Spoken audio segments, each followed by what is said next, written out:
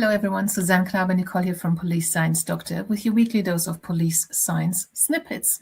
These snippets are golden nuggets of recently published academic research into the fields of police science, evidence-based policing, investigative psychology, and related fields.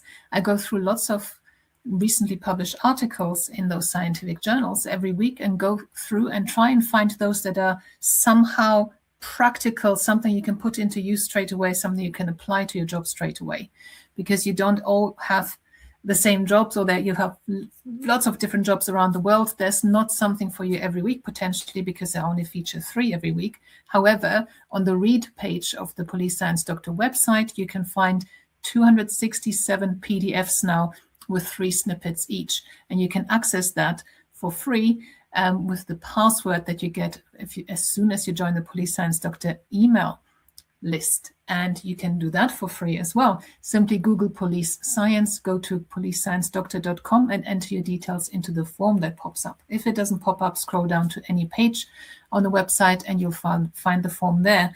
Then you'll be on the list. You'll get these snippets sent to you every Tuesday straight into your inbox with a link to the original research article and the password to the read page. So the first snippet for this week, what's going on with the branding here? Something is a bit weird, but never mind, can't deal with that now. The logo is missing in the corner and the colors are all wrong, but I'll have a look at that. So the first snippet for this week is about rehabilitation and re-entry.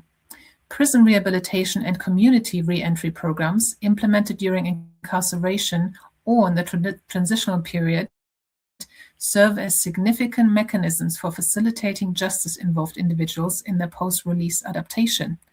The systematic review found, now a systematic review is a review of all the evidence that has already been gathered on this. So all the research that has been done on a certain topic, this may find that, this may find that, and someone has gone and looked at all of it and said, okay, overall, what do we know about this subject?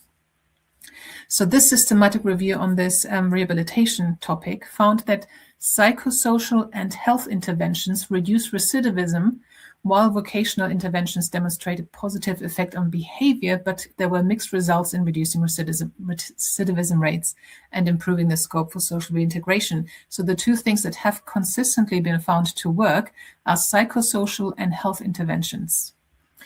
The second snippet for this week is about eye tracking in child eyewitnesses. This study examined whether the number of looks and time spent looking at a perpetrator during the commission of a crime, so that's the encoding phase for memory, and a subsequent lineup, so that's during retrieval, reflected lineup decision accuracy in children. Number of looks at the perpetrators during encoding was significantly related to accurate identification. So the more frequently they looked at the perpetrator whilst the event was taking place, the more likely they were to then identify them in the lineup.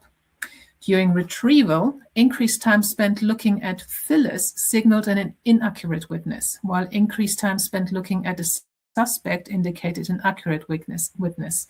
So when the children were looking at the actual suspect more frequently at the suspect in the lineup, they were more likely to identify them correctly. However, if they looked multiple times at the filler subjects, people who are not the suspect, they were more likely to be inaccurate in the identification. And the third snippet is about the impact of halfway houses. Many inmates are released to halfway houses, a type of residential facility designed to provide for a staged re-entry into the community. This research found the presence of an active halfway house is associated with an increase in crime within the immediate vicinity.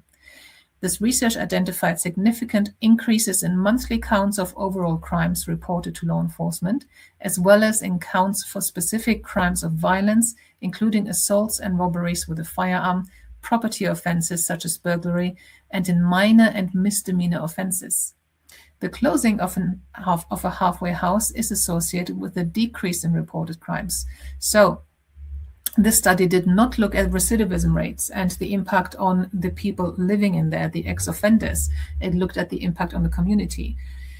I would argue this doesn't necessarily mean you shouldn't have halfway houses, but it means that you should manage them better and put things in place to make sure that the offending in the area does not increase.